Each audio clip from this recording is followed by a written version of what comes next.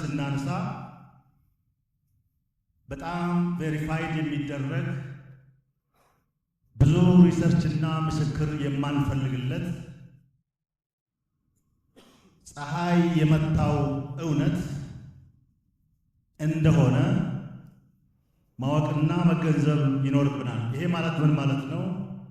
ኢትዮጵያችን እንደ ሀገር ስትፈጠር እንደ ምድር ስትፈጠር ከዚህ ውሃ ጋር ነበረች። አብራ ነው የተፈጠረችው። ከውሃው ጋር ነው የኖርነው። ከባህር በር ጋር ነው የኖርነው የሚለው ነገር እዚህ መድረክ ላይ አይደለም፣ በዓለም መድረክ እንደ ጀስቲፊኬሽን አቅርበን የምናሸንፍበት ቁልፍ ጉዳይ ስለሆነ ሁሉም ኢትዮጵያዊ ይሄን መድረክ የሚሳተፈው ተሳታፊ ሁሉ ይሄን እውነት መቀበልና እንደገና ኢንተርናላይዝ ማድረግ ይጠበቅበታል። ምክንያቱም ዋናው መነሻችን በዓለም መድረክም ስንቀርብ ይሄ ነው። ታሪካዊ ትስስር አለን የሚባል ነገር ይሄ ነው። እዛ ነበርን፣ አብረን የተፈጠርነው፣ አብረን የኖርነው፣ አብረን ነው ዘመን የተሻገርነውና ይሄ እውነት እውነታችን ነው። ይሄ እውነት ሐቃችን ነው። ይሄ እውነት ልንነጠቅ የሚገባ እውነት አይደለም የሚለውን ሁሉም ሰው መያዝ አለበት። የመጀመሪያው ፖይንት ይሄ እንደ አዲስ የሆነ ሰው አይነግረንም ማለት ነው እና ሁላችንም ይሄ ውሃ ሲፈጠር ከኢትዮጵያ ጋር እንደተፈጠረ ቁጥር አንድ የእኛ ማማገቻችን እንደሆነ አስቦ በዛ መልክ መያዝ አለበት። ሁለተኛው ነገር ደግሞ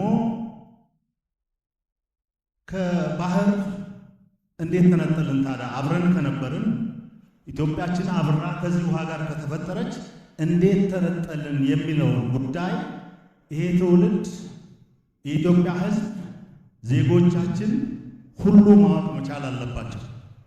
የተነጠልነው በታሪካዊ ጠላቶቻችን ሴራና ደባ ምክንያት እንደሆነ በደንብ መረዳት አለበት። ታሪካዊ ጠላታችን እንዴት አድርገው ነው ይሄን እንድንነጠቅ ያደረጉት? የተለያዩ ጉዳዮችን ተጠቅመዋል። የመጀመሪያው ጉዳይ የአስተሳሰብ ችግር ያለባቸው ዘመን የተሻገሩ ዛሬም ያሉ ባንዳዎች እነሱን ተጠቅመው ነው። ይሄንን ስናገር ለማመጻደቅ ሳይሆን ዳር ኢትዮጵያኖች ናቸው። ሆኖም ግን ይህ የብሔራዊ አጀንዳ የሆነውን ጉዳይ፣ ይሄ የህልውና ጉዳያችን የሆነውን ጉዳይ፣ ይሄ የእስትንፋሳችን ጉዳይ የሆነውን ጉዳይ፣ ይሄ የወደፊት የኢትዮጵያን ጉዞ የሚወስነውን ትልቅ ጉዳይ አሳልፎ ሲሰጡ የሆነ አደርነት ጉዳይ እንደተጠበቀ ሆኖ ከበስተጀርባው ያለው ትልቁ ተራራ ግን የኢትዮጵያ ታሪካዊ ጠላት ነው የሚለው መያዝ መቻል አለበት። ሌላው ቅድም እንዳነሳሁት ኮዞች ይሰጧቸዋል። እነዚህ ኮዞችም ዛሬም ጭምር የኢትዮጵያን ሕዝብ በአስተሳሰብ እንዲላይ፣ አንድ ላይ እንዳይቆም፣ እንዳይተጋገዝ፣ አንድነቱን እንዳያስብ እያደረጉት ናቸው። እነኚህ ኮዞች አንዳንዱ ቅድም እንዳልኩት የብሔር ስም፣ የመንደር ስም፣ የሃይማኖት ስም፣ የጎሳ ስም፣ የተለያዩ ጉዳዮች፣ የፖለቲካ አስተሳሰብ ልዩነት ስም እነኚህን እየሰጡ አንድ ላይ እንዳንቆም፣ መቼም አንድ ላይ እንዳንቆም፣ መቼም በጋራ እንዳንቆም፣ መቼም ስለዚህ ጉዳይ አጀንዳ እንዳናደርግ፣ መቼም ይህን ጉዳይ አስበን በዚህ ጉዳይ ላይ የህይወት መስዋዕትነት እንዳንከፍል አድርገዋል። አድርጎም ተሳክቶላቸዋል። እንደገናም ደግሞ ዛሬም እንደዚሁ እያደረጉ ይገኛሉና ይሄ መታወቅ መቻል አለበት። ሁለቱ ነጥብ በጣም ቁልፍ ነው። ታሪካዊ ጠላት ባለቤቱ ነው። ማሳለጫው የሀገር ውስጥ ባንዳዎች ናቸው። ዛሬም እነዚህ አይነት ቡድኖች፣ ግለሰቦች አገር ቤት ውጭም ይሰራሉ። ዛሬም ጭምር ይሟገታሉ። ዛሬም ጭምር ይሄ አጀንዳ ትክክለኛ አጀንዳ እንዳልሆነ፣ የብሔር አጀንዳ እንደሆነ፣ የፓርቲ አጀንዳ እንደሆነ፣ የግለሰቦች አጀንዳ እንደሆነ፣ ወቅታዊ አጀንዳ እንዳልሆነ እንዲህ አድርጎ ይናገሩ ነው። ከእንዲህ አይነት ያስተሳሰብ ውንብድና ወጣቱ በደንብ ገብቶት ራሱን መጠበቅ መቻል አለበት። የኔ ኮር መልእክት እዚህ ጋር ነው። ውሃ አይዝም። አሁን እየነገሩን ያሉት ጉዳይ ውሃ አይዝም። ይሄን ማወቅ በጣም አስፈላጊ ነው የሚሆነው።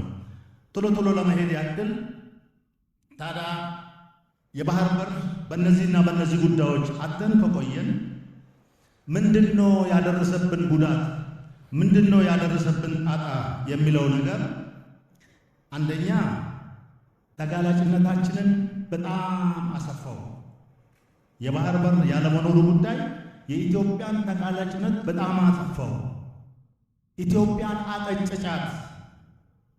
አሁን የደረሰችበትን ከ20 ዓመት በፊት መድረስ ስትችል፣ ከ10 ዓመት በፊት መድረስ ስትችል፣ ፈጥና ማደግ ስትችል፣ ገናና መሆን ስትችል፣ በዚህ በአፍሪካ ቀንድ የምትፈራ የምትከበር የምትሰማ የምትደመጥ ሀገር መሆን ስትችል፣ ከድህነቷ ቶሎ ፈጥና መውጣት ስትችል፣ እዛው እንድትቀጭጭ ፈቀቅ እንዳትል፣ እርስ በርሳችን እንድንናከስ፣ ድንቁርና እንዲበዛ፣ ስለ ሀገራችን ስለ ኢትዮጵያ አፋችንን አውጥተን ከፍተን እንዳንናገርና ዓለም እንዳያዳምጠን ሆኖ ቆይቷል ለብዙ ጊዜ። ስለዚህ የጫረብን አሻራ የጣለብን አባሳ አሁንም ድረስ ከባድ ነው። ለዛ ነው ብሔራዊ አጀንዳ ነውና እንደ ቀላል እንያዘው። ዝም ብለን ኢትዮጵያ በዚህ ቻሌንጅ ውስጥ ማለፍ ስለነበረባት አልነበረም ያለፈችው እንዲህ አይነት ጠባሳዎችን ጥሎብን ስለነበር ነው። ዳግም ሌላ ጠባሳ ጥሎብን ትውልድ እንዳይጠፋ ኢትዮጵያ ኤግዚስት ከማድረግ ወደ አለመኖር እንዳትቀየር ዛሬ ያለው ትውልድ አሁን ላለው ትውልድ መልእክት ሰጥቶ ይሄን ስን አስታጥቆ ሪጌን ማድረግ አለብን የሚባለው በዚህ ምክንያት ነው። አደጉ የሚባሉ ሀገሮች፣ የሆነ ቦታ ደረሱ የሚባሉ ሀገሮች የሆነ ትውልድ የሆነ ነገር ተሸክሞ ነው እዛ የደረሱት። ትውልድ የሆነ ነገር ሳይሸከም ባይፓስ የሚደረግ ወይም ደግሞ አንዱን ሁለቱን ዘለህ የምትደርስበት እድገት የለም። ስለዚህ ልናስብ የሚገባው አሁን እየተሸከምነው ያለው መከራ ተግዳሮት የጊዜው ነው። የተሸከምነው በግለሰቦች ምክንያት አይደለም፣ ባለቤት አለው። ፈረሶቹ አገር ቤት ቢሆኑ ባለቤት አለው። አሁን ተሸክመን ካላለፍን በሚቀጥለው ትውልድ ከዚህ የባሰ ነገር ይመጣል።